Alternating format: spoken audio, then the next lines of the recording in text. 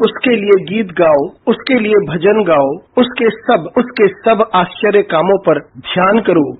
मंगलवार 11 जुलाई 2023। आज के मनन के लिए मैंने आप ही के लिए चुना है प्रेरितों के कार्य अध्याय 12 और उसका 10वां वाक्य।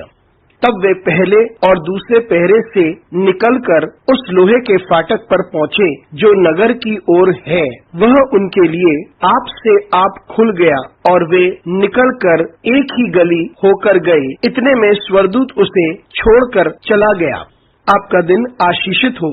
जब परमेश्वर कुछ अद्भुत करता है तब फाटक अपने आप ही खुल जाते हैं। आइए इस वाक्य पर मनन करते हैं। आज की सुबह का विषय है फाटकों का खुलना।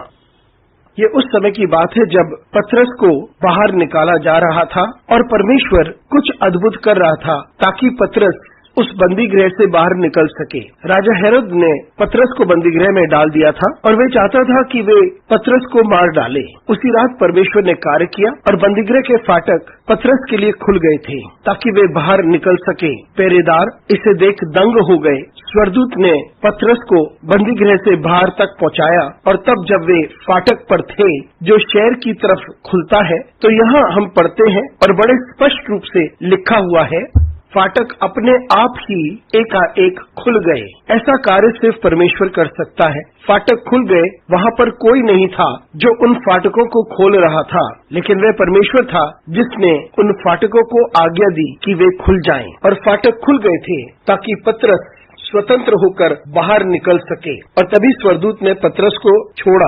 ये कितना अद्भुत है कि परमेश्वर अपने स्वर्गदूतों को हमारे चारों ओर रखता है ताकि वे हमें बाहर निकालें। हमारे लिए द्वार खुलते हैं। इस प्रकार से परमेश्वर हमारे लिए कुछ अद्भुत करता है। दरवाजे बंद हो सकते हैं, द्वार बंद हो सकते हैं और पूर्णता बंदी गृह में हो सकते हैं, लेकिन जब परमेश्वर कार्य करता है तब वह कुछ अद्भुत करता है। वे देखता है कि स्वर्गदूत सुरक्षित रूप से हमें बाहर निकालें और फाटक एकाएक अपने आप खुल जाते हैं। हम बंद दरवाजों को देखते होंगे, बंद फाटकों को देखते होंगे और हमें लगता है कि कोई आशा नहीं, कोई भविष्य नहीं, लेकिन परमेश्वर अवश्य हमारे लिए फाटकों को खोलता है ताकि हम सुरक्षित बाहर निकल सकें और हम आशीषित हो जाएं। मित्रों, आप परमेश्वर को निहारें, प्रार्थना करें और वही करें जो परमेश्वर चाहता है कि आप करें और अवश्य परमेश्वर आपके लिए द्वार खोलेगा, फाटकों को खोलेगा और तुम आशीषों को देखोगे।